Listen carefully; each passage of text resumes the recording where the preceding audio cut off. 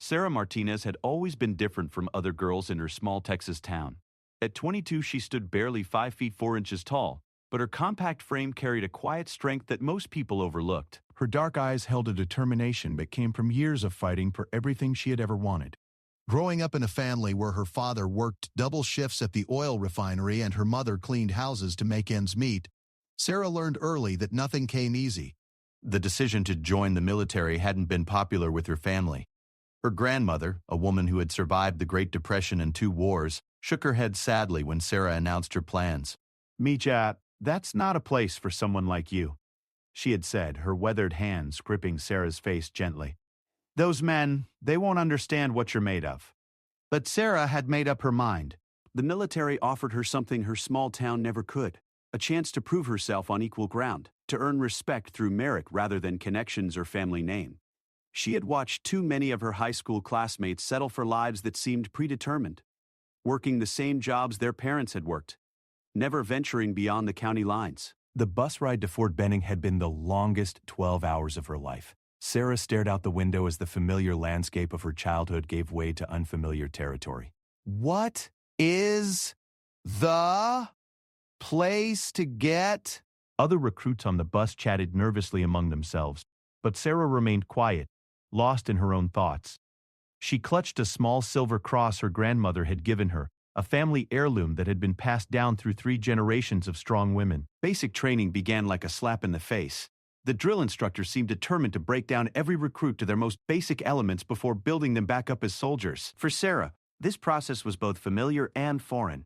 She was used to hard work and discipline from her upbringing, but the military environment was unlike anything she had experienced. The physical challenges came naturally to her. Years of helping her father with manual labor around their property had built a core strength that served her well during the endless push-ups, sit-ups, and long runs. While other recruits struggled with the demanding physical requirements, Sarah found herself keeping pace with the strongest members of her unit. But it was the mental games that proved more challenging. Some of the drill instructors seemed particularly interested in testing her limits, pushing her harder than the male recruits, questioning whether she belonged there at all. "Martinez!" Staff Sergeant Johnson would bellow across the training ground. "You think you're tough enough to stand next to these men in combat? You think when bullets start flying they're going to care that you're somebody's little sister?" Sarah learned to absorb these challenges without responding. She watched as other female recruits either broke under the pressure or fought back in ways that only made their situations worse. She developed her own strategy, worked twice as hard as everyone else, and let her performance speak for itself. The barracks life presented its own set of challenges. 24 young people from vastly different backgrounds were forced to live in close quarters, sharing everything from bathroom facilities to personal space. Sarah quickly learned to navigate the complex social dynamics that emerged. Some of the male recruits treated her with respect, recognizing her work ethic and dedication. Others seemed to view her presence as an unwelcome intrusion to what they saw as their exclusive domain. Private Danny Fletcher was among the worst of them. A large young man from Alabama who had apparently been the star of his high school football team. Fletcher made no secret of his belief that women had no place in the military. He would make crude comments when the drill instructors were out of earshot, question Sarah's abilities during group exercises, and generally try to undermine her confidence at every opportunity. "You know you're just taking up space that could go to a real soldier," he whispered to her during one particularly grueling training exercise. They were practicing hand-to-hand combat techniques, and Fletcher had been paired with Sarah for a demonstration. "When we get deployed, you're going to get good men killed because you're too weak to do what needs to be done." Sarah said nothing, but she filed away every slight, every dismissive comment, every challenge to her right to be there. She was building something inside herself, a reserve of strength that would serve her well in the trials to come. The weeks passed in a blur of training exercises, classroom instruction, and physical conditioning. Sarah excelled in marksmanship, scoring among the top 10% of her class.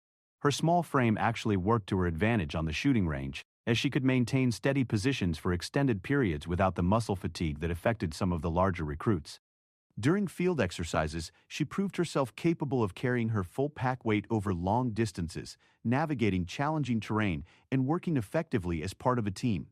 Slowly, she began to earn the respect of some of her fellow recruits who had initially doubted her capabilities. But respect was not universal, and some of the challenges she faced went beyond simple skepticism about her abilities.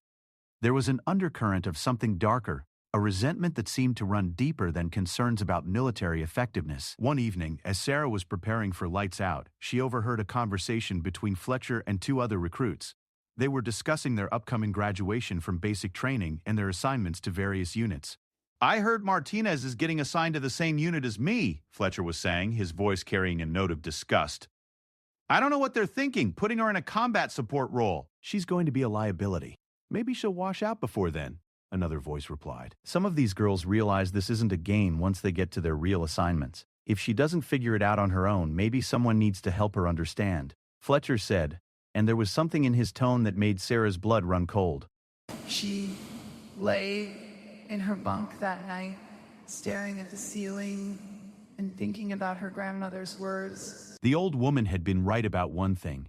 This was not going to be easy. But Sarah was beginning to understand that the real test wasn't going to be whether she could meet the military's physical and mental standards. The real test was going to be whether she could maintain her dignity and her sense of self in an environment where some people seemed determined to break her spirit. The final weeks of basic training were marked by increasingly complex exercises designed to test everything the recruits had learned. Sarah continued to perform well, but she noticed that the challenges directed at her were becoming more personal, more pointed. During one hand-to-hand combat exercise, her assigned partner accidentally struck her harder than necessary.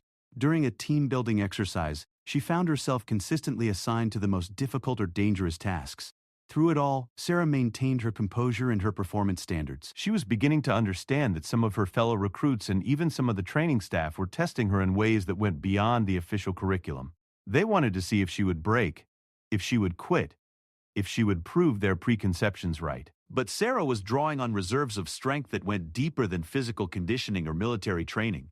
She was drawing on generations of women and her family who had faced their own challenges and emerged stronger. Her grandmother's mother had raised 5 children during the Depression while her husband looked for work. Her grandmother had waded through 2 deployments during World War II, not knowing if her husband would return. Her mother had worked multiple jobs to help keep the family afloat during economic downturns. Sarah was part of a long line of women who had refused to be broken by circumstances beyond their control. She was beginning to understand that her presence in the military was not just about her own personal goals and ambitions. She was representing something larger, something important. As graduation from basic training approached, Sarah felt a mixture of pride and apprehension. She had proven to herself and to most of her fellow recruits that she belonged here, that she could meet the challenges and exceed the standards, but she also understood that basic training was just the beginning. The real tests were still ahead of her. The night before graduation, she called her grandmother from the payphone outside the barracks. The older woman's voice was warm and proud as she congratulated Sarah on her achievement. "I knew you would make it through me, huh?" Her grandmother said. "You have the strength of all the women who came before you." But remember, the real strength is not in fighting every battle. Sometimes the real strength is in knowing when to fight and when to find another way. Sarah hung up the phone with her grandmother's words echoing in her mind.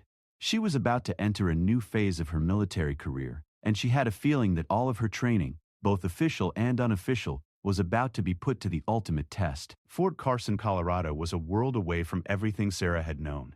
The Rocky Mountains loomed in the distance like silent sentinels, their snow-capped peaks a constant reminder of the vastness of the landscape she now called home. The base itself was a small city, housing thousands of soldiers and their families, complete with its own schools, shopping centers, and recreational facilities. Sarah's assignment to the 1st Brigade Combat Team had come through just as Danny Fletcher had predicted. She tried not to read too much into the coincidence, but she couldn't shake the feeling that her journey was somehow intertwined with his, whether she wanted it or not. Her new unit was unlike the controlled environment of basic training. Here, soldiers who had completed their initial training worked alongside battle-tested veterans who had served multiple deployments in Iraq and Afghanistan. The dynamic was complex, with unspoken hierarchies based on experience, combat tours, and earned respect rather than just rank and file.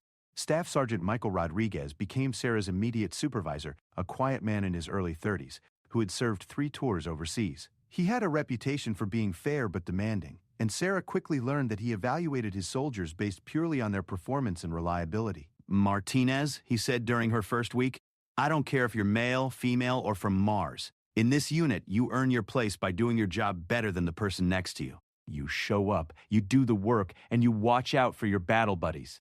Everything else is just noise." Sarah appreciated his straightforward approach, but she soon discovered that not everyone in the unit shared Rodriguez's philosophy. Sergeant First Class Tommy Brennan, who had been in the Army for 8 years and served 2 combat tours, made his feelings about female soldiers clear from the beginning. Look, nothing personal, Martinez, he said during her first unit meeting, but when we deploy, I need to know that everyone in this unit can pull their weight. I've seen too many good soldiers get hurt because someone couldn't handle the pressure. The convict didn't have to go in then. The implication was clear, even if he didn't state it directly. Sarah was going to have to prove herself all over again to a new group of people who had their own preconceptions about her capabilities. The training at Fort Carson was more intense and specialized than anything she had experienced during basic training. Her unit was preparing for a deployment to Afghanistan, and every exercise was designed to simulate the conditions they would face in a combat environment. Sarah threw herself into the training with the same dedication she had shown during basic training, but the stakes felt higher now. During urban warfare exercises, she learned to navigate hostile environments while carrying full combat gear. During convoy operations training, she mastered the complex procedures for moving supplies and personnel through potentially dangerous territory. During medical training, she learned advanced first aid techniques that could mean the difference between life and death for wounded soldiers. But it was during the hand-to-hand combat training that Sarah first encountered Sergeant Marcus Webb. Webb was an intimidating figure, standing over 6 feet tall, with the build of someone who had spent years in the gym. He served as one of the unit's combat instructors, responsible for training soldiers in close-quarters combat techniques. Webb had a reputation for being tough but professional, and most soldiers in the unit respected his expertise. He had earned 2 Bronze Stars during his deployments and was considered one of the most effective non-commissioned officers in the brigade. During Sarah's first combat training session with Webb, she noticed that his approach was different from what she had experienced during basic training. He was more technical, more precise in his instruction, focusing on leverage and technique rather than brute strength. Size and strength matter, he explained to the assembled trainees. But technique and speed can overcome both. The enemy doesn't care how big you are if you can't defend yourself effectively. Sarah found his teaching style engaging and effective. Unlike some instructors who seemed more interested in proving their own toughness, Webb appeared genuinely committed to ensuring that every soldier in his sessions learned the skills they needed to survive. Over the following weeks, Sarah's performance in Webb's training sessions continued to improve. Her small stature, which some people viewed as a disadvantage, actually worked in her favor when it came to certain defensive techniques. She was quick and agile, able to move in ways that larger soldiers couldn't match. Webb began using Sarah as a demonstration partner for some of the more advanced techniques, showing other soldiers how proper form and leverage could allow a smaller person to effectively defend themselves against a larger attacker. "Watch Martinez," he would say during these demonstrations. "She's not trying to overpower her opponent. She's using his momentum against him, redirecting his energy rather than meeting it head-on." Sarah appreciated being recognized for her skills rather than being treated as a liability or curiosity. For the first time since joining the military, she felt like she was being evaluated purely on her merits as a soldier. But not everyone in the unit was comfortable with the attention Sarah was receiving. Danny Fletcher, who had indeed been assigned to the same unit, made no secret of his displeasure with what he saw as preferential treatment. "It's all for show," he complained to other soldiers when he thought Sarah couldn't hear. "Webb's just being politically correct, trying to make the brass happy. In a real situation, she's going to fold like a cheap tent." Fletcher's comments were becoming more frequent and more pointed. During unit exercises, he would question Sarah's decisions or suggest alternative approaches that seemed designed more to undermine her confidence than to improve the unit's performance. Sarah tried to ignore Fletcher's behavior, focusing instead on her training and preparation for the upcoming deployment. She had learned during basic training that responding to every slight or challenge would only make her situation more difficult. But Fletcher's antagonism was beginning to affect other members of the unit. Some soldiers who had initially been neutral towards Sarah began to question whether she really belonged in a combat environment. Others started to take sides, either supporting Sarah's right to be there or agreeing with Fletcher that she was a potential liability. The tension came to a head during a field training exercise designed to simulate combat conditions. The unit was divided into 2 teams for a mock battle, with one team defending a position while the other team attempted to capture it. Sarah found herself on the attacking team, led by Sergeant Webb. Their mission was to approach the defended position undetected and neutralize the opposing force using non-lethal training weapons. The exercise began in the pre-dawn hours, with Sarah's team moving through rough terrain under cover of darkness. Sarah had been assigned the role of Point Scout, responsible for identifying potential threats and obstacles ahead of the main force. As they approached the target area, Sarah spotted movement near the defended position. She signaled back to Webb, indicating the location and number of enemy soldiers she had observed. Webb nodded approvingly and adjusted the team's approach accordingly. The mock battle that followed was intense and chaotic, with both sides using realistic tactics and equipment. Sarah found herself in the middle of the action, using the skills she had learned during training to navigate the simulated combat environment. At one point, she found herself face-to-face with Fletcher, who was playing the role of a defending soldier. They engaged in a brief hand-to-hand combat sequence, with Fletcher clearly trying to use his size and strength advantage to overpower her. But Sarah remembered Webb's teachings about technique and leverage. Instead of trying to match Fletcher's strength, she used his momentum against him, executing a defensive maneuver that left him off balance and vulnerable to a simulated takedown. The exercise continued for several more hours, with both sides adapting their tactics as the situation evolved. By the time it ended, Sarah's team had successfully completed their objective, with Sarah's performance as point scout being cited as a key factor in their success. During the after-action review, Webb praised Sarah's work in front of the entire unit. "Martinez showed excellent tactical awareness and executed her mission flawlessly," he said. "Her scouting reports allowed us to avoid enemy positions and approach our objective undetected." But Fletcher was not ready to concede anything. During the informal discussion that followed the official review, he challenged Webb's assessment. "She got lucky," Fletcher said. "In a real combat situation, luck runs out fast. I still don't think she has what it takes when the bullets start flying." Webb's expression hardened. "Fletcher, I've been in more real combat situations than you have training exercises. I know what it takes to survive in a firefight, and Martinez has those qualities. Your personal feelings about female soldiers don't change the facts." The confrontation between Webb and Fletcher created an uncomfortable silence among the other soldiers.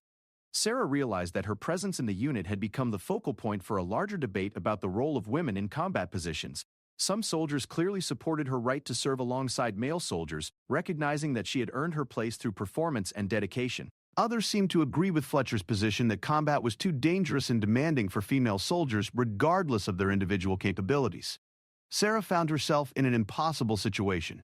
She couldn't control other people's opinions about her presence in the unit, but she also couldn't ignore the growing tension that seemed to follow her everywhere she went. The situation became more complex when she learned that Sergeant Webb had recommended her for advanced combat training, an opportunity that could lead to increased responsibilities and faster promotion. The recommendation was a professional recognition of her skills and potential, but Sarah knew it would also intensify the scrutiny and criticism from those who opposed her presence in the unit.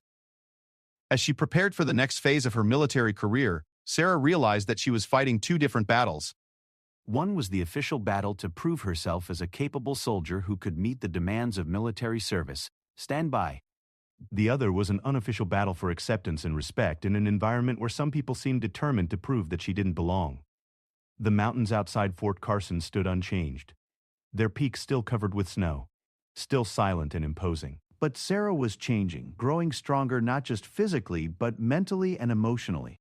She was learning to navigate complex social dynamics while maintaining her professional standards and personal integrity. The deployment to Afghanistan was still months away, but Sarah could feel the weight of expectation building around her. She knew that when her unit finally entered combat, every decision she made, every action she took would be scrutinized and evaluated not just as an individual soldier's performance, but as proof or disproof of larger arguments about women in combat. The pressure was enormous, but Sarah had never backed down from a challenge in her life. She wasn't about to start now. The Advanced Combat Training Facility at Fort Carson was designed to push soldiers beyond their perceived limits. The course, known informally as the Crucible, combined physical endurance testing with high-stress tactical scenarios that simulated the most challenging aspects of combat deployment. Only soldiers who had been specially recommended by their unit commanders were allowed to participate, and the failure rate was notoriously high. Sarah arrived at the training facility on a cold Monday morning in March, her breath visible in the thin mountain air. She was one of 12 soldiers selected from various units across the base, and as she had expected, she was the only female participant. The other 11 soldiers were all seasoned veterans, with multiple deployments and commendations for their service. The lead instructor for the course was Master Sergeant David Chen, a compact man with intense eyes who had served in special operations for over 15 years. He had a reputation for being absolutely impartial in his evaluation of soldiers, caring only about their ability to complete missions and bring their teammates home alive. For the next 3 weeks, Chen announced to the assembled group, "You will be tested in ways that will push you to your absolute limits. Some of you will discover that your limits are higher than you thought. Others will discover that they are not as prepared as they believed. Either discovery is valuable, but only if you are honest with yourself about what you learn here. The first week focused on individual skills assessment. Each soldier was evaluated on marksmanship, physical fitness, tactical knowledge, and psychological resilience under extreme stress. Apparently several beds, and each covered by sterile scientists. Sarah threw herself into every challenge, determined to prove that her presence in the course was justified. During the marksmanship tests, she consistently scored in the top 3, her steady hands and disciplined breathing serving her well even under simulated combat stress. Her physical fitness scores were solid, not the highest in the group but well within acceptable ranges for all required tasks. But it was during the psychological resilience testing that Sarah really distinguished herself. The instructor subjected participants to scenarios designed to create maximum stress and confusion, testing their ability to make sound decisions when exhausted, frightened, and under extreme pressure. One exercise required soldiers to navigate a dark, confined space, while instructors created loud noises, flashing lights, and simulated explosions around them. Several of the larger male soldiers struggled with the confined spaces, their size working against them in the narrow passages. Sarah's smaller frame allowed her to move quickly and efficiently through the course, but more importantly, she maintained her composure and decision-making ability even when the instructors escalated the stress factors to maximum levels. Martinez completed the course in the second-best time, Chen announced after the exercise, but more importantly, she made no tactical errors and maintained situation awareness throughout. Several of you could learn from her example. The praise from Chen carried significant weight among the participants. Unlike some instructors who might be suspected of showing favoritism, Chen's reputation for absolute honesty made his positive evaluation impossible to dismiss. But not everyone was ready to accept Sarah's performance at face value. Danny Fletcher, who had also been selected for the advanced training course, seemed increasingly frustrated by Sarah's success. During breaks between exercises, he would make comments to other participants about the different standards being applied to female soldiers. Danny Patton's process of dead occasions. "They're going easy on her," Fletcher insisted during one conversation that Sarah overheard. "You think they're going to put the same pressure on her that they put on us? They can't afford to have the only female soldier in the course fail publicly." Fletcher's comments were becoming more frequent and more pointed, but Sarah noticed that the other participants were not necessarily agreeing with his assessment. Several of the veterans in the course had begun to show genuine respect for her performance, recognizing that she was earning her success through the same hard work and dedication required of everyone else. The second week of the course shifted focus to team-based exercises. Participants were divided into different groups for various scenarios, with leadership roles rotating among different soldiers depending on the specific mission requirements. During one exercise, Sarah found herself assigned as team leader for a simulated hostage rescue operation. The scenario required her team to infiltrate a building, locate and secure hostages, and evacuate them safely while under fire from simulated enemy forces. Sarah approached the challenge methodically, using the tactical knowledge she had gained during her training to develop a plan that played to each team member's strengths. She assigned Fletcher, with his size and strength, to handle the heaviest equipment. She positioned the best marksman in an overwatch position to provide covering fire. She assigned herself the role of primary negotiator with the hostages, recognizing that her smaller, less intimidating presence might help keep civilian participants calm during the evacuation. The exercise was complex and chaotic, with instructors constantly changing variables to test the team's ability to adapt under pressure. But Sarah's team completed the mission successfully, evacuating all hostages without casualties and neutralizing all simulated enemy forces. During the after-action review, Master Sergeant Chen specifically praised Sarah's leadership during the exercise. Martinez demonstrated excellent tactical planning and maintained effective command and control throughout the operation, he said. Her ability to adapt the plan when circumstances changed was particularly impressive. Fletcher's reaction to this praise was immediate and visible. Sarah could see the anger and frustration in his face as Chen continued his positive evaluation of her performance. She realized that Fletcher's opposition to her presence in the military had gone beyond professional concerns about combat effectiveness. This had become personal for him, a challenge to his own sense of identity and worth. The tension between them came to a head during the final week of the course. The instructors had designed a series of one-on-one combat scenarios, pitting each participant against the others in various fighting disciplines. These were not casual sparring sessions, but serious evaluations of each soldier's ability to defend themselves in close-quarters combat situations. When Sarah was paired against Fletcher for a grappling exercise, She could sense that this was going to be different from their previous encounters during training. Fletcher had the look of someone who had been waiting for this opportunity, and she realized that he intended to use this officially sanctioned combat exercise to prove his point about her unsuitability for military service. The exercise began under the watchful eyes of Master Sergeant Chen and 2 other instructors. The rules were simple. Each participant would attempt to achieve a submission hold or pin that would render their opponent unable to continue fighting. The exercise would continue until one participant achieved a decisive advantage or until the instructors called a stop. Fletcher immediately attempted to use his size and strength advantages, trying to overpower Sarah with brute force. He grabbed her in a bear hug, attempting to lift her off the ground and slam her down onto the mat. It was exactly the kind of approach that Sergeant Webb had warned against during their training sessions at Fort Carson. Sarah remembered Webb's teachings about using an opponent's momentum against them. Instead of trying to match Fletcher's strength, she went limp for a moment, allowing him to commit fully to his lifting motion. Then, as he struggled to maintain his grip on her relaxed body, she shifted her weight suddenly and drove her elbow back into his solar plexus.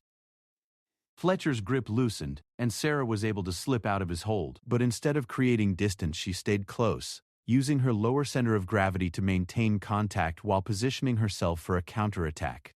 What happened next unfolded in seconds, but Sarah would remember every detail for the rest of her life.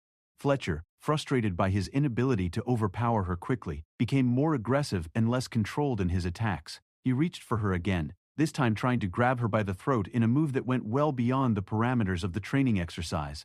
That was the first war or a war. Sarah recognized immediately that Fletcher was no longer following the rules of engagement for training. This had escalated beyond a sanctioned combat exercise into something more dangerous and more personal. She could see in his eyes that he intended to hurt her, to prove his point about her vulnerability regardless of the consequences. In that moment, all of Sarah's training came together: the physical conditioning from basic training, the technical skills learned from Sergeant Webb, the tactical awareness developed during advanced combat training, and most importantly, the deep reservoir of strength and determination that had carried her through every challenge in her life. Fletcher's grab for her throat was telegraphed and clumsy, driven more by anger than by technique. Sarah ducked under his reaching arms and stepped to his side, positioning herself perfectly for the countermove she had practiced hundreds of times during training. She grabbed Fletcher's extended arm with both hands, using his forward momentum to pull him further off balance. At the same time, she stepped across his body and dropped her hip, executing a textbook hip throw that sent his much larger body sailing through the air.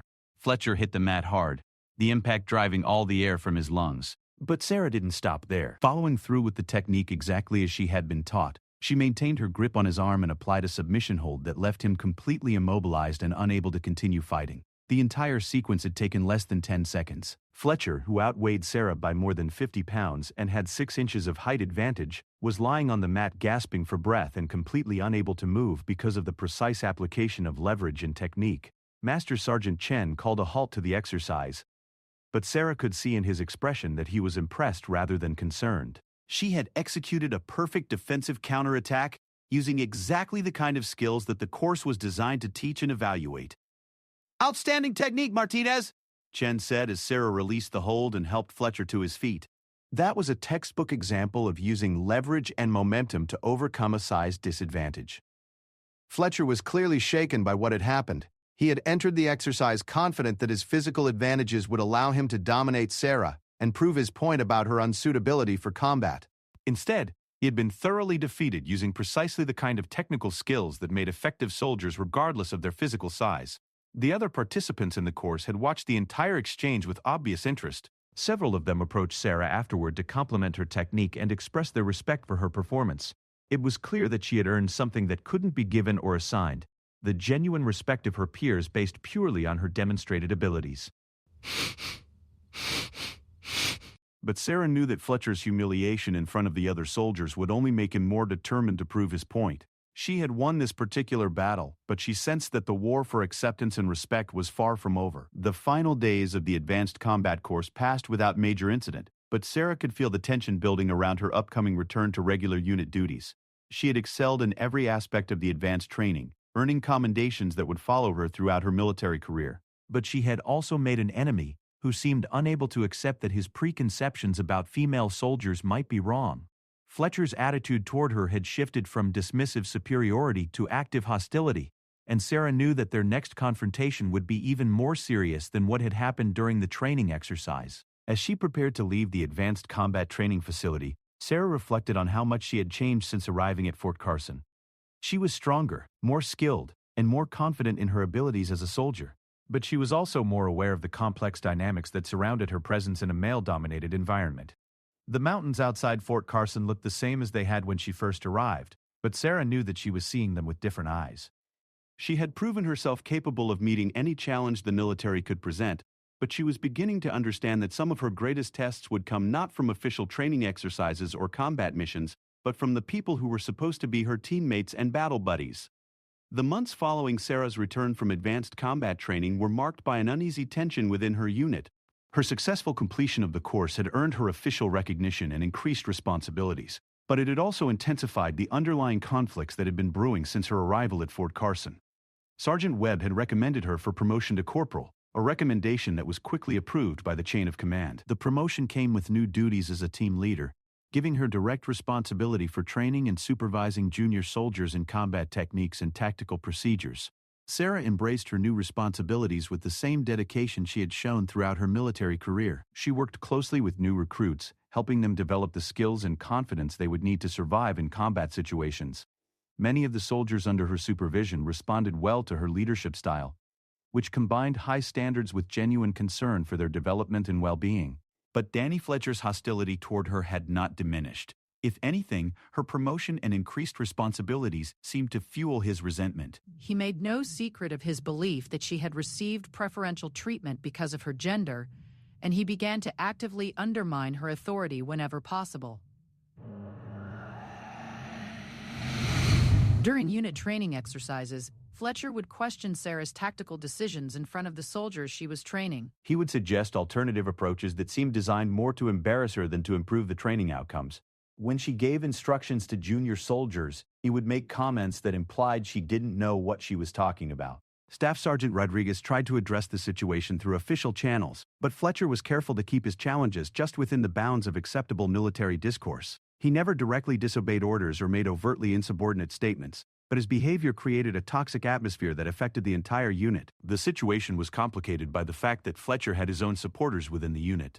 Some soldiers agreed with his position that combat roles should be reserved for male soldiers, and they saw Sarah's success as evidence of a lowered standards rather than proof of her capabilities. Others, however, had come to respect Sarah's abilities and leadership. They had seen her perform under pressure, had witnessed her technical skills, and had benefited from her training and guidance. These soldiers formed a protective circle around her, but their support also created factional divisions within the unit that threatened overall cohesion and effectiveness.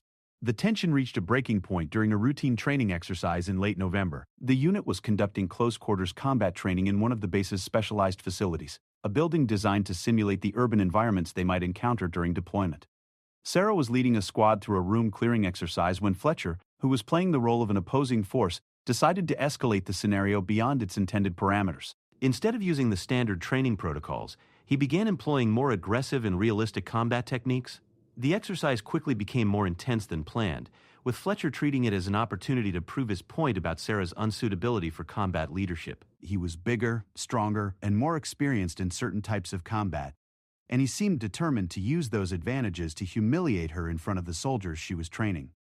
Sarah recognized immediately that the situation had moved beyond the bounds of normal training. Fletcher was no longer following the established safety protocols, and his actions were putting other soldiers at risk. She attempted to de-escalate the situation by calling for a halt to the exercise, but Fletcher ignored her instructions. "Come on, Martinez," he called out across the training room, his voice carrying a note of challenge that was unmistakable. "Let's see what they taught you in that advanced course. Let's see if you can handle a real combat situation." The other soldiers in the room could sense that something had changed. The atmosphere was charged with tension, and everyone present understood that they were witnessing something more than a routine training exercise. This was a direct challenge to Sarah's authority and competence, played out in front of the soldiers she was supposed to be leading. Sarah found herself facing a choice that would define the rest of her military career. She could attempt to defuse the situation through official channels, reporting Fletcher's behavior to their superiors and letting the command structure handle the problem. Or she could meet his challenge directly, accepting the confrontation that he seemed determined to force. She thought about her grandmother's words from that phone call so many months ago. Sometimes the real strength is in knowing when to fight and when to find another way. But as she looked around the room at the faces of the soldiers watching this confrontation unfold, Sarah realized that finding another way was no longer an option. Fletcher had chosen this moment and this venue precisely because it would be public and decisive. If she backed down now, if she refused to meet his challenge, it would undermine her authority and credibility, not just with Fletcher, but with every soldier who witnessed her retreat. More importantly, Sarah realized that this confrontation was about more than just her personal relationship with Fletcher. It was about the larger question of whether female soldiers could command respect and exercise effective leadership in combat situations. Her response to Fletcher's challenge would be remembered and discussed long after this particular incident was over. "All right, Fletcher," she said, her voice calm but carrying an edge of steel that surprised even her. "If you want to turn this into a real combat situation, let's make it real." But we do this properly, with proper supervision and safety protocols. She called for Master Sergeant Chen, who happened to be on the base that day conducting evaluations for another training program. Chen arrived within minutes, quickly assessed the situation, and established the ground rules for what had essentially become a formal combat challenge. "This is going to be conducted as a full contact exercise," Chen announced to the assembled soldiers. "All safety protocols will be observed, but both participants are authorized to use any techniques they deem necessary to achieve victory. The exercise will continue until one participant achieves a decisive advantage or until I call a halt." Fletcher smiled confidently as Chen explained the rules.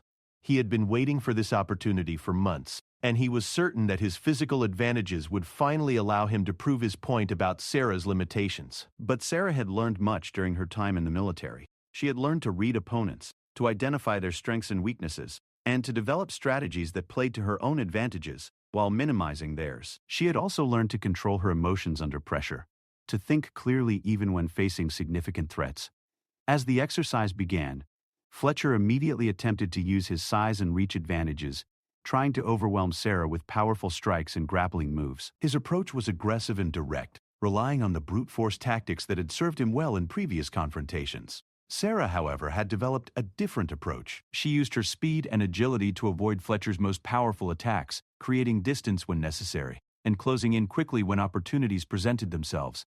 She had learned to fight smarter rather than harder, using technique and strategy to overcome physical disadvantages. The two combatants circled each other in the training room, each looking for an opening. Fletcher threw several powerful punches that Sarah barely avoided, the wind from his fists stirring her hair as they passed inches from her face. But each miss left him slightly off balance, creating brief opportunities that Sarah began to recognize and exploit.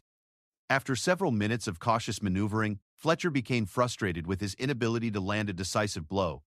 He abandoned his measured approach and launched a desperate attack, throwing his full body weight behind a tackle intended to drive Sarah to the ground where his size advantage would be most effective. It was exactly the moment Sarah had been waiting for. As Fletcher committed fully to his attack, she stepped to the side at the last possible second, using his momentum against him in the same way she had during the advanced training course. But this time, instead of executing a throwing technique, Sarah grabbed Fletcher's extended arm and used it to spin him around, positioning herself behind him with her arm locked around his throat in a perfectly executed sleeper hold. Fletcher struggled desperately, using his strength advantage to try to break free from Sarah's grip, but she had positioned herself correctly, using leverage and technique to maintain the hold even against his superior physical strength. Within seconds, Fletcher's struggles began to weaken as the hold cut off blood flow to his brain. Master Sergeant Chen called a halt to the exercise just as Fletcher was beginning to lose consciousness. Sarah immediately released the hold, stepping back as Fletcher collapsed to his knees, gasping for breath and struggling to maintain his balance. The training room was completely silent. Every soldier present had witnessed Fletcher's complete defeat, not through luck or accident, but through the superior application of skill and technique. Sarah had not just won the confrontation, she had dominated it, demonstrating a level of combat proficiency that left no room for doubt or debate. "Outstanding execution, Martinez," Chen said, breaking the silence. That was a perfect demonstration of how proper technique can overcome any physical disadvantage. Fletcher, you fought hard, but you let emotion override tactics. That's a lesson you need to learn before you face real combat. Fletcher slowly got to his feet, his face a mixture of embarrassment, anger, and something that might have been grudging respect. The confrontation that he had initiated to prove Sarah's inadequacy had instead demonstrated her superior combat skills and mental toughness. But more importantly, the other soldiers in the room had seen something that would change their perception of female soldiers forever.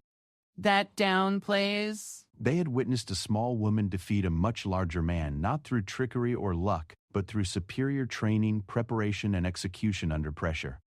In the days that followed, word of the confrontation spread throughout the base. Sarah found that her reputation had been transformed overnight. Soldiers who had previously questioned her presence in combat roles now sought her out for training and advice. Her expertise was recognized and respected by peers and superiors alike. Fletcher, meanwhile, seemed to undergo his own transformation. The public nature of his defeat had forced him to confront his own preconceptions about female soldiers and his assumptions about combat effectiveness. He never became Sarah's friend, but his active hostility disappeared, replaced by a grudging professional respect. When the unit finally deployed to Afghanistan 6 months later, Sarah found herself serving in a leadership role that she had earned through demonstrated competence rather than official appointment. The soldiers under her command trusted her judgment because they had seen her perform under pressure. They followed her orders because they knew she was capable of making the hard decisions that would keep them alive. The deployment brought its own challenges and dangers, but Sarah faced them with the confidence that came from knowing she had already overcome her greatest obstacles. She had proven to herself and to everyone around her that courage, skill, and determination were not limited by gender or physical size. Years later, when she had achieved the rank of Sergeant First Class and was training the next generation of soldiers, Sarah would often think back to that confrontation with Fletcher. It had been a turning point not just in her own career, but in the broader acceptance of women in combat roles. The mountains outside Fort Carson still stood unchanged, their peaks still covered with snow, still silent and imposing. But the military had changed, gradually and sometimes reluctantly accepting that effectiveness in combat was determined by skill, training, and mental toughness, rather than by traditional assumptions about gender roles. Sarah had played a small but significant part in that change. She had refused to be broken by those who doubted her, had met every challenge with determination and skill, and had ultimately earned the respect that could never be given or assigned. The young woman who had left Texas with nothing but determination and a Silver Cross from her grandmother had become a leader, a role model, and proof that courage comes in many forms. Her journey had not been easy, but it had been worth every struggle, every challenge, every moment of doubt. She had not just survived in a world that had not initially welcomed her, she had thrived, and in doing so, had opened doors for countless other women who would follow in her footsteps. The slamming to the ground that her opponents had intended had instead become the foundation for her rise to strength, leadership, and unshakable respect.